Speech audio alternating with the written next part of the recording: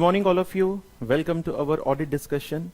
सो students, आज जो हमारा टॉपिक है that is regarding the going concern. एक ऑडिटर की क्या रिस्पॉन्सिबिलिटी होती है with respect to the going concern uncertainty. तो ऑडिटर को बेसिकली अपने ऑडिट रिपोर्ट में इस बात को मेंशन करना पड़ता है, क्या जिस एंटिटी का मैंने ऑडिट किया है क्या वो एंटिटी का गोइंग कंसर्न कहीं अनसर्टेन तो नहीं है। इस बारे में ऑडिटर अपनी ऑडिट रिपोर्ट में मेंशन करेगा ताकि जो यूजर्स ऑफ फाइनेंशियल स्टेटमेंट्स हैं उनको प्रॉपर जानकारी इसके बारे में मिले।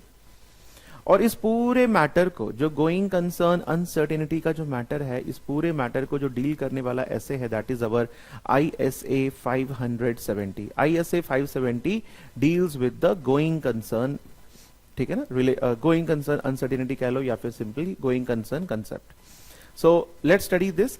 जो स्क्रीन में बच्चों जो आपको दिख रहा है ये बेसिकली इतना मटेरियल है जो कि आपकी कापलान की किताब में आपको ये गिवन है। This is given in your Kaplan publications book. But इसके अलावा भी there are so many things which have included in this particular class, जो कि हमारे टेक्निकल आर्टिकल से जो मैंने मैटर लिया है उसमें कुछ इलस्ट्रेशंस भी है, वो भी हम लोग बेसिकली इसमें आज डिस्कस करेंगे। ओके, सबसे पहले हम इसको रीड करते हैं, फिर मैं आपको ये समझाऊंगा। See, material uncertainty related to going concern. Purpose क्या है? दिस सेक्शन, मतलब this particular material uncertainty related to going concern, ये हेडिंग है जो कि ऑडिटर अपनी ऑडिट रिपोर्ट में लिखेगा और उस पर्टिकुलर चीज के बारे में बताएगा। This section is included when there is a material uncertainty regarding the going concern status which the directors have adequately, important point, which the directors have adequately disclosed in the financial statements. The auditor uses this section to draw the attention of the users to the client's disclosure note. अब इसको ध्यान से समझते हैं बच्चों। एक entity में एक मटीरियल अनसर्टेनिटी पाई गई उसके गोइंग कंसर्न को लेकर के, एंड ये जो मटेरियल अनसर्टेनिटी है इसका कुछ भी हो सकता है। जैसे फॉर एग्जांपल हम लोग हमेशा से मैं एक एग्जांपल देता आया हूं प्लास्टिक मटेरियल वाला। एक एंटिटी प्लास्टिक प्रोडक्ट्स को बनाती है, वो प्लास्टिक का सामान, प्लास्टिक के प्लेट्स, ग्लासेस, इस प्रकार की चीजें बनाती है। Now people are becoming aware, now people are becoming more eco friendly, so people have stopped buying these plastic products. तो इस कंपनी, अब इस साल जो है उनके सेल्स एकदम से कम हो गए, अगले साल भी जो है उनके सेल्स डेफिनेटली और आगे कम होने वाले हैं। तो ये एक मटीरियल अनसर्टेनिटी है, क्या आने वाले वर्ष, आने वाले साल क्या हमारी कंपनी इसी तरीके से कंटिन्यू करेगी कि नहीं करेगी। अभी एट प्रेजेंट तो गोइंग कंसर्न है, एट प्रेजेंट तो कंपनी चल रही है, बट फ्यूचर में ये चलेगी नहीं चलेगी इसकी कोई गारंटी नहीं है। That means there is a material uncertainty. अच्छा, एक और एग्जाम्पल मैं आपको देता हूं, ध्यान से सुनिए। फॉर एग्जाम्पल एक रेस्टोरेंट है, एक हाईवे में एक रेस्टोरेंट है। अब आपको पता है हाईवे तो सुनसान जगह होती है, आसपास कोई मार्केट्स वगैरह ऐसा कुछ भी नहीं है। There is a highway, highway के बिल्कुल बगल में एक रेस्टोरेंट है या फिर एक ढाबा टाइप आप मान लीजिए। अब जब वो जो हाईवे है, अब मान लीजिए जो भी गाड़ियां वहां से प्लाई होती हैं वो लोग जाकर के उस रेस्टोरेंट में खाना वगैरह वो खाते हैं। अब मान लो बिकॉज ऑफ सम रीजंस, कुछ भी रीजंस हो सकते हैं, कोई सिक्योरिटी पॉइंट होता है, कुछ भी रीजन होता है, गवर्नमेंट ने डिसाइड किया है कि हम एक ऑल्टरनेटिव रूट बनाएंगे।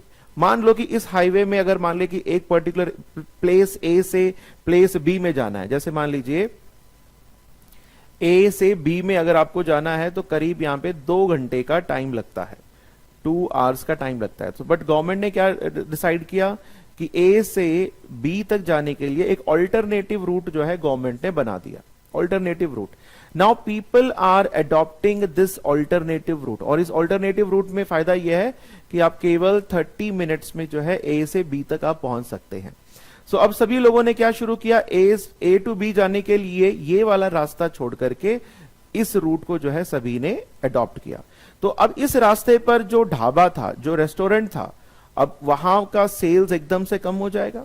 यानी कि इसका जो गोइंग कंसर्न है, मतलब लोग एकदम से तो नए रास्ते को अडॉप्ट नहीं करेंगे, बट इस साल जो है इन्होंने क्या पाया, क्योंकि नया हाईवे बन गया है, so people are started coming from this root.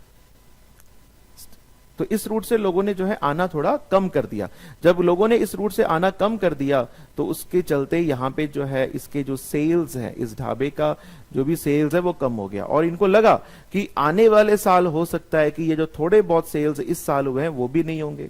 यानी कि यहां पर गोइंग कंसर्न अनसर्टेनिटी है, चाहे वो प्लास्टिक वाले की एग्जांपल मैंने दे दिया और यहां पर एग्जांपल हमने ये ढाबे वाले का एग्जांपल मैंने दे दिया।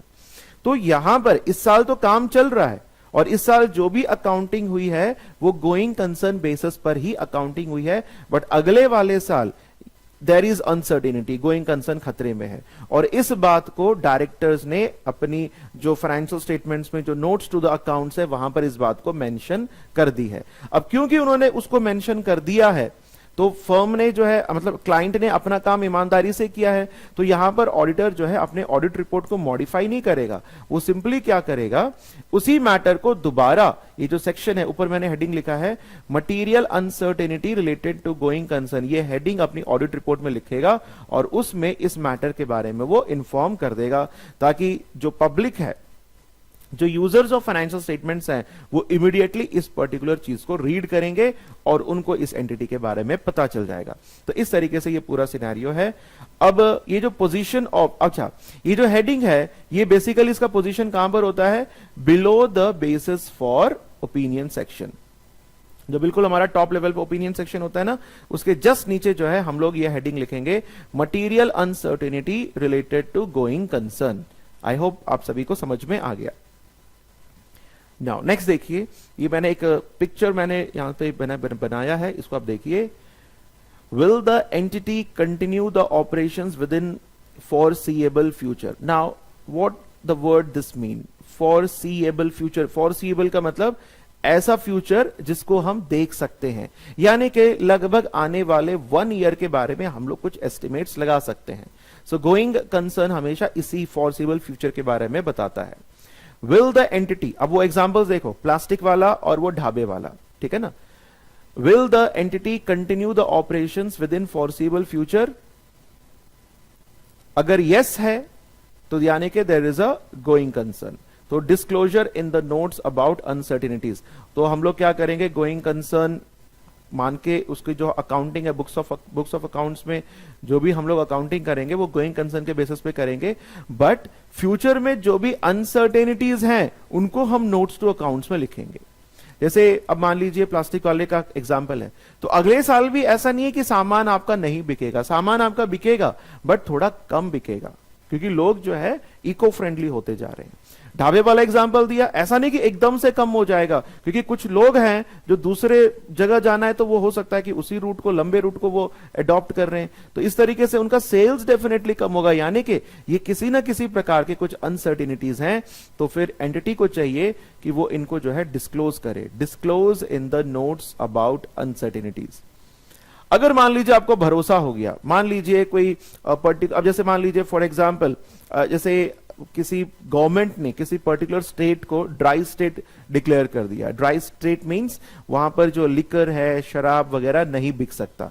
तो जो लोग पहले शराब का बिजनेस करते थे उनका फ्यूचर एकदम से ठप हो गया, यानी कि गोइंग कंसर्न क्या है, नो गोइंग कंसर्न। 1 साल मतलब अब इनका जो है बिजनेस खत्म हो चुका है, क्योंकि गवर्नमेंट का ऑर्डर आया है कि भाई शराब बेचना खरीदना गैर कानूनी है, तो ऐसे में इनका गोइंग कंसर्न खतरे में है। तो ऐसी सिचुएशन में आप गोइंग कंसर्न बेसिस पर अकाउंटिंग नहीं कर सकते, फिर आप क्या करेंगे, apply different principles in your financial statements. तो आप जो है जनरली कैश बेसिस पर या फिर रियलाइजेबल वैल्यूज पर जो है अलग अलग उसके प्रिंसिपल्स के हिसाब से आप अकाउंटिंग करेंगे।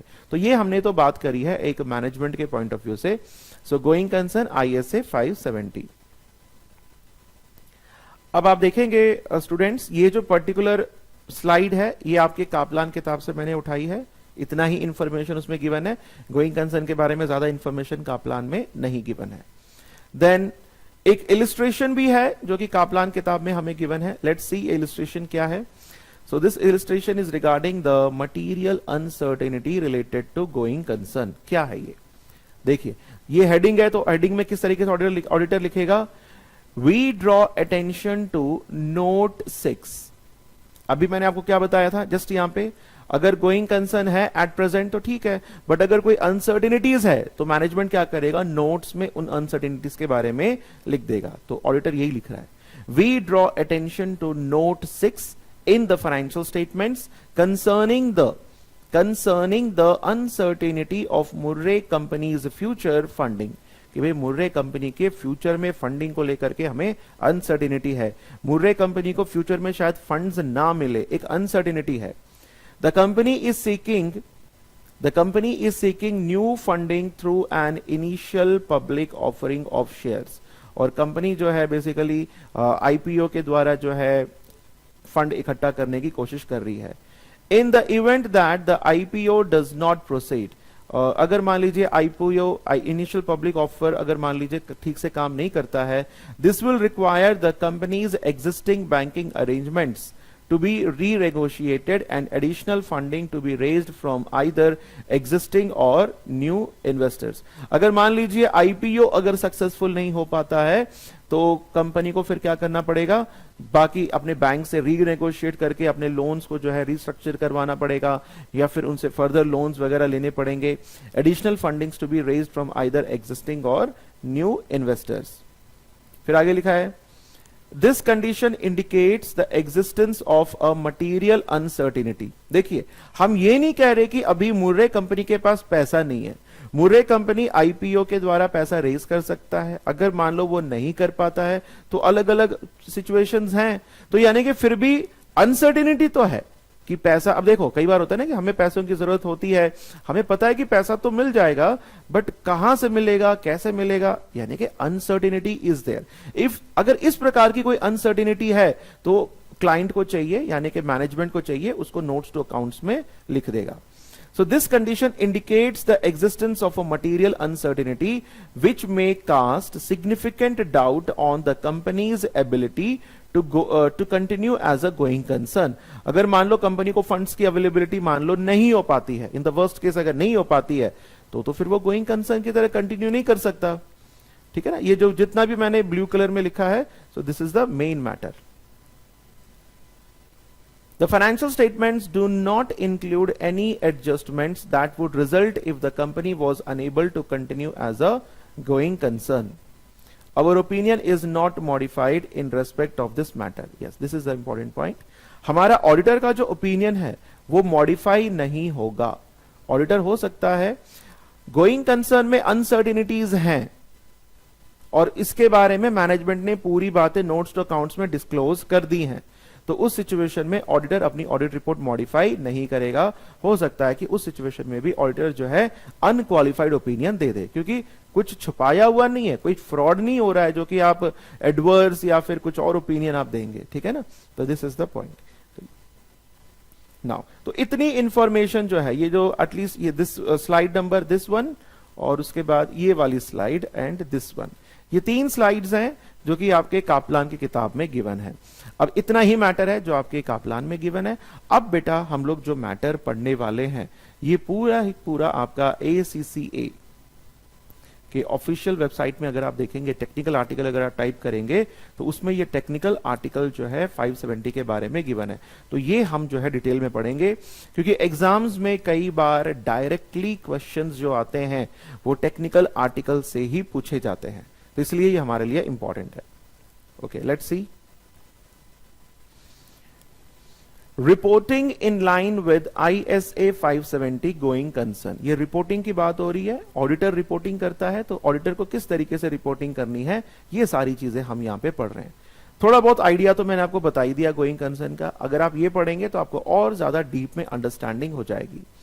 Under ISA 570 revised, if the use of the going concern basis of accounting is appropriate, मतलब अगर एंटिटी जो गोइंग कंसर्न बेसिस अकाउंटिंग अगर कर रहा है, अगर वो अप्रोप्रिएट है, but a material uncertainty exist, मतलब फ्यूचर में एक अनसर्टिनिटी पैदा हो रही है। इसके लिए बेस्ट एग्जांपल दिया बेटा प्लास्टिक वाला, अभी तो काम चल रहा है, फ्यूचर में अनसर्टिनिटी है। वो ढाबे वाला एग्जांपल, अभी तो काम चल रहा है बट फ्यूचर में अनसर्टिनिटी है।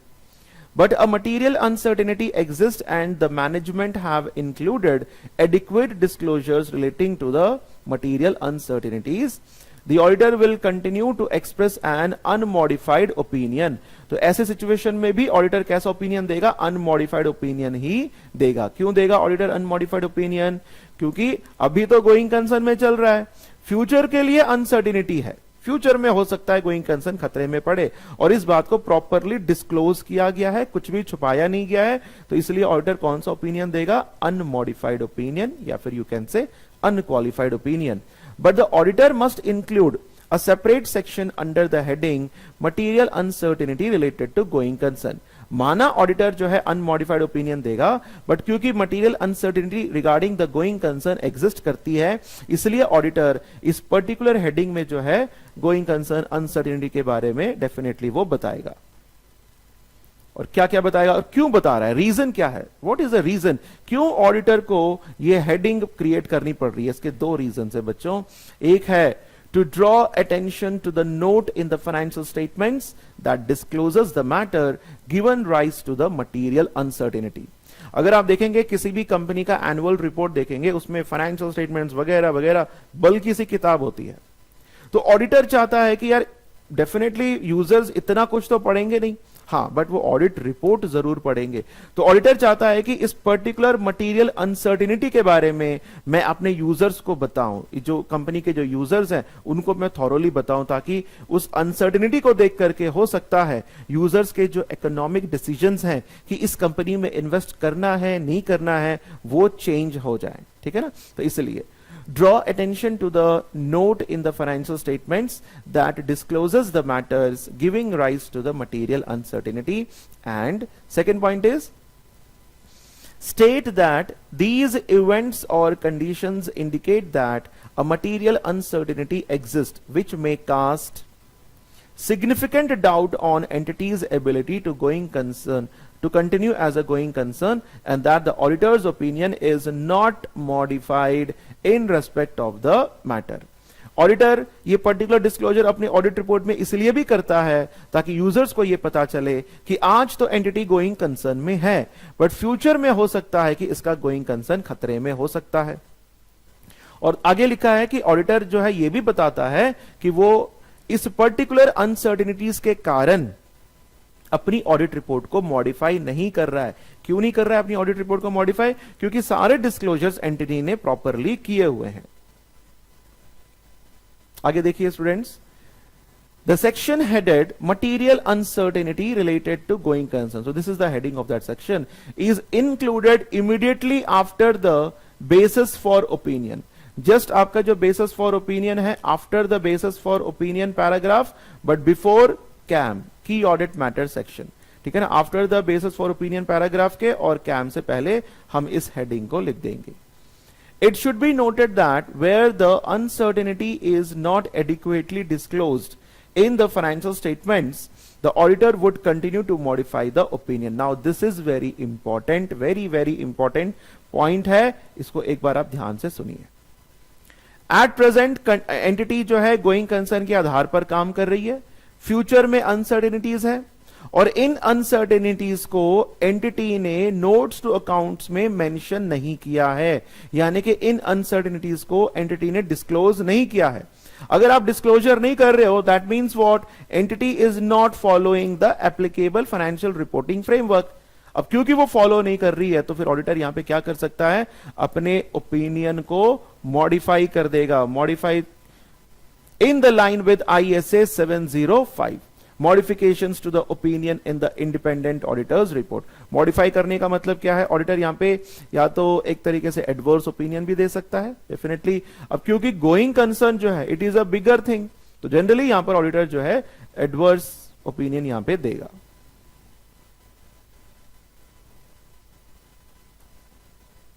नेक्स्ट पैराग्राफ देखिए।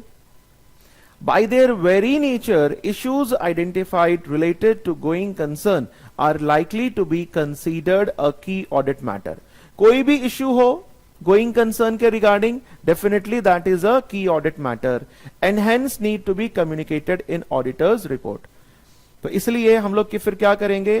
SA 701, मैंने लास्ट वीडियोस में अगर आप देखेंगे की ऑडिट मैटर्स, सो की ऑडिट मैटर्स में भी इसके बारे में हम लोग जो है डिस्कस करेंगे। where the auditor has identified conditions which cast doubt over going concern, but an evidence confirms that no material uncertainty exists. This close call can be disclosed in line with ISA 701. Now, अब this is again a important point आपके लिए बन जाता है बच्चों. देखिए, entity going concern में काम कर रही है, एंटिटी गोइंग कंसर्न में काम कर रही है, और फ्यूचर में uncertainties are there in the future. क्योंकि फ्यूचर इज अनसर्टेन, तो ऑडिटर क्या करेगा, इसको जो हेडिंग है material uncertainty related to going concern, उसमें इस बात को रख देगा.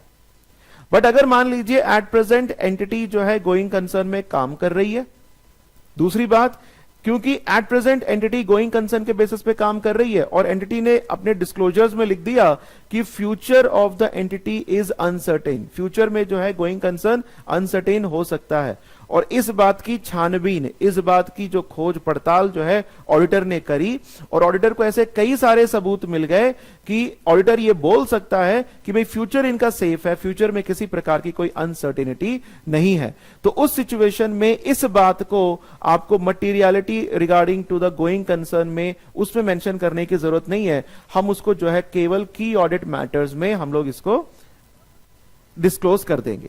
इसका एक एग्जांपल आप सुनिए बच्चों. जैसे मैंने आपको एग्जांपल दिया था वो प्लास्टिक वाला मटेरियल, एक एंटिटी प्लास्टिक वाला मटेरियल बनाती है, but people are becoming aware, people are shifting towards eco friendly products.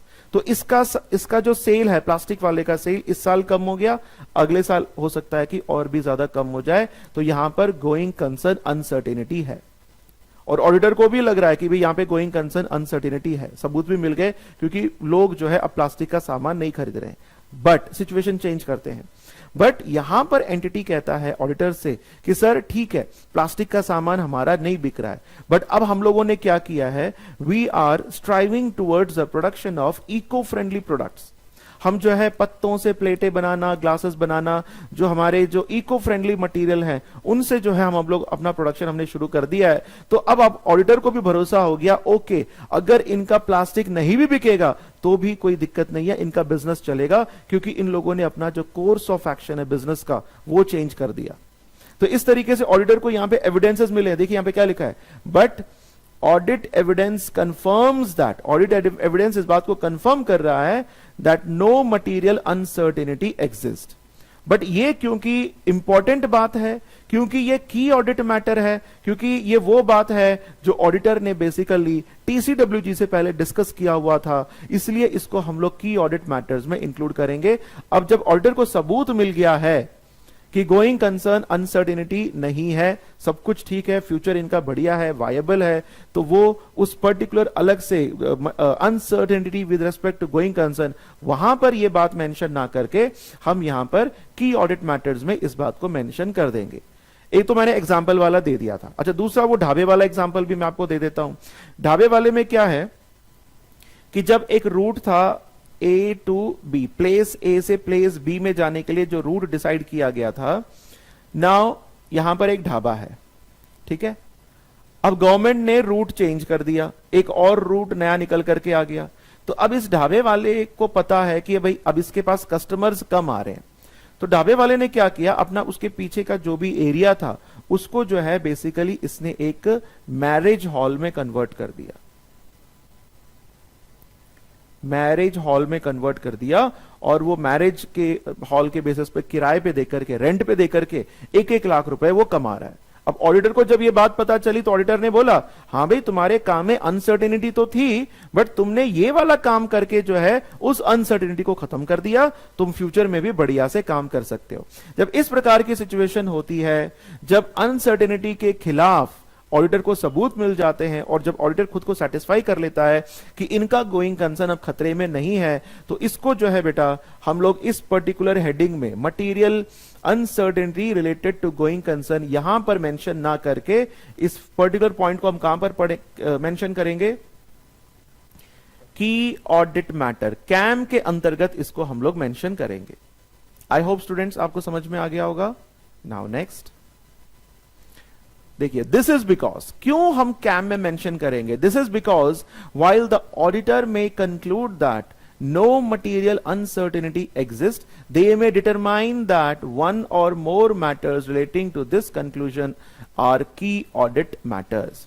जब ऑडिटर ये कहता है कि यस ये एंटिटी में गोइंग कंसर्न खतरे में नहीं है, there is no going concern uncertainty, that means auditor ने कई सारी चीजों के ऊपर काम किया है. ऑडिटर ने उनका जो न्यू इको फ्रेंडली बिजनेस है उसके बारे में वेरिफिकेशन किया है.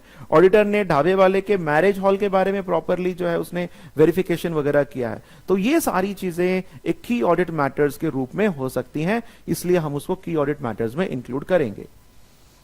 क्या क्या मैटर्स हो सकती हैं, यहां पे कुछ एग्जांपल्स गिवन है. Examples include substantial operating losses. Auditor को पहले पता चला कि भाई इनको काफी सब्सटैंशियल लॉसेस हो रहे हैं, बट अब इनको नहीं हो रहे हैं. देन अवेलेबल बोरोइंग फैसिलिटीज, हो सकता है कि क्लाइंट ने जो है अब बोरोइंग फैसिलिटीज को अवेल किया है. पॉसिबल डेट रिफाइनेंसिंग, कि डेट रिफाइनेंसिंग यानी कि उनको जो है किसी से लोन भी आप उसको ले सकते हो वगैरह, रीफाइनेंस कंपनीज जो है वो आपको रीफाइनेंस करेंगी. और non compliance with loan agreements and related mitigating factors. अगर मान लीजिए आपके क्लाइंट ने किसी लोन एग्रीमेंट को कंप्लायंस नहीं किया है, बट उसको जो है मिटिगेट, उसको ठीक करने के लिए कई सारे कदम भी उठाए गए हैं. तो ये कुछ मैटर्स हो सकते हैं जो कि अनसर्टेनिटी से रिगार्डिंग थे, बट ऑडिटर को सबूत मिल गया, auditor has got the audit evidence कि अब जो है हमारा गोइंग कंसर्न अनसर्टेनिटी नहीं है. तो उस सिचुएशन में इन सभी को ऑडिटर कहां पे मेंशन करेगा, की ऑडिट मैटर्स के अंतर्गत इनको मेंशन कर देगा. So in summary, if a confirmed material uncertainty exist, अगर मान लीजिए मटीरियल अनसर्टेनिटी कंफर्म है, it must be disclosed in accordance with ISA 570. तो इसको हम लोग जो है ISA 570 के हिसाब से डिस्क्लोज करेंगे. यानी कि कहां पे डिस्क्लोज करेंगे इसको, इस हेडिंग में material uncertainty related to going concern में इसको डिस्क्लोज करेंगे. फिर आगे लिखा है, and where there is a close call over going concern which has been determined by a auditor to be a CAM, it will be disclosed in line with ISA 701. Close call यानी कि एक तरीके से auditor को ये सबूत मिल चुके हैं, एविडेंसेस मिल चुके हैं कि अब जो है इनका going concern uncertainty is not there. In that situation auditor will disclose this particular thing in the CAM in accordance with the ISA 701. Now students, अब आगे ये जो है हमारे टेक्निकल आर्टिकल्स में ही हमको जो है एक इलिस्ट्रेशन गिवन है, तो उसको भी हम लोग देख लेते हैं. So this is the whole illustration that is given in our technical article. तो इलिस्ट्रेशन भी हम लोग पढ़ के देख लेते हैं.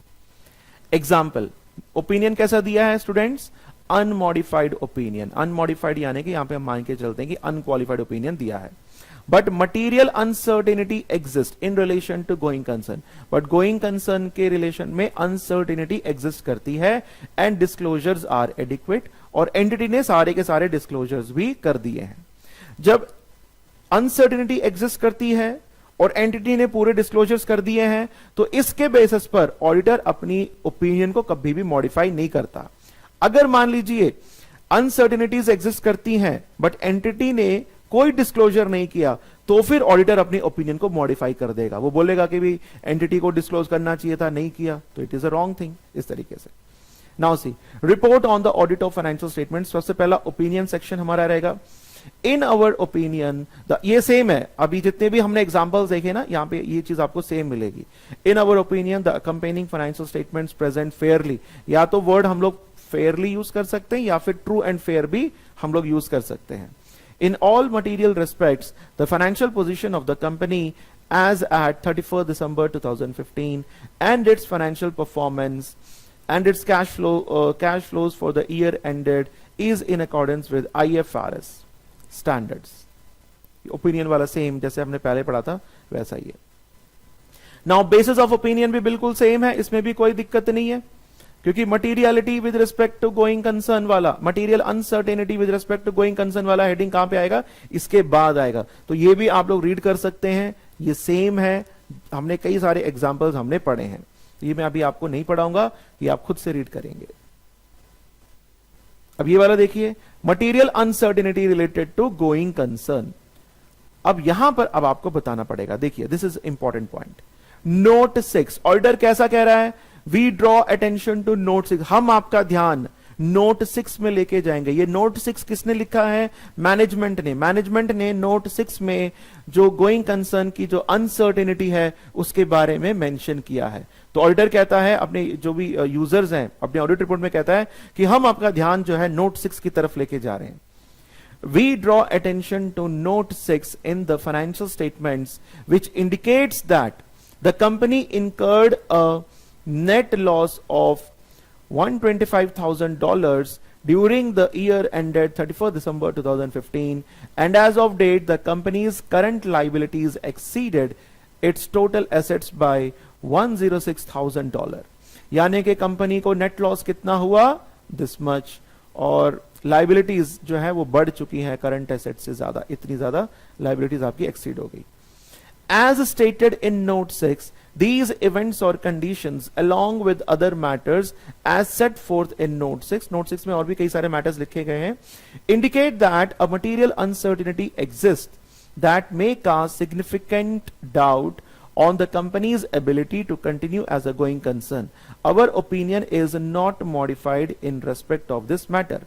तो ऑडिटर ये सारी बातें बता रहा है कि भाई नोट 6 में हमको पता चला कि इनका नेट लॉस इतना हो गया है, current liabilities is this much more than the total assets, और नोट 6 में और भी कई सारी बातें बताई गई हैं जिससे कि हमें ये डाउट होता है कि इस एंटिटी का गोइंग कंसर्न खतरे में है। और इन सबके with respect our opinion is not modified in respect of this matter, और हमारा ओपिनियन इसके लिए हम लोग मॉडिफाई नहीं कर रहे हैं। तो इस तरीके से ये सारी बात जो है ऑडिटर अपनी ऑडिट रिपोर्ट में लिख देता है। नाउ की ऑडिट मैटर्स देखिए।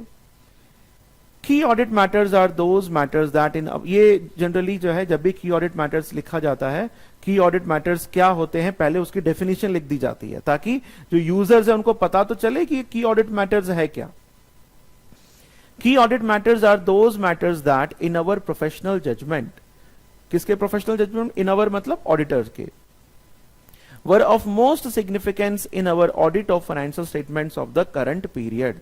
These matters were addressed in the context of our audit of the financial statements as a whole and informing our opinion thereon, and we do not provide a separate opinion on these matters.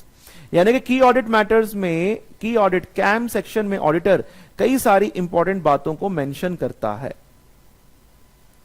की audit matters हमने पढ़ चुके हैं बेटा। की audit matters क्या होते हैं? वो सारे मैटर जो ऑडिटर टीसीडब्ल्यूजी से कम्युनिकेट करता है और उनमें से कुछ इंपॉर्टेंट पॉइंट्स को वो की ऑडिट मैटर्स के रूप में सेलेक्ट करता है, बट उन की ऑडिट मैटर्स के ऊपर सेपरेटली ऑडिटर ओपिनियन नहीं देता, ऑडिटर ऑलरेडी ओपिनियन दे चुका होता है। In addition to the matter described in the material uncertainty related to going concern section, we have determined the matters described below to be the key audit matters to be communicated in our audit report. यहां पे auditor कहता है कि एक matter जो कहां पे mention किया हमने, material uncertainty related to going concern, यहां पे हमने कौन सा मैटर मेंशन किया?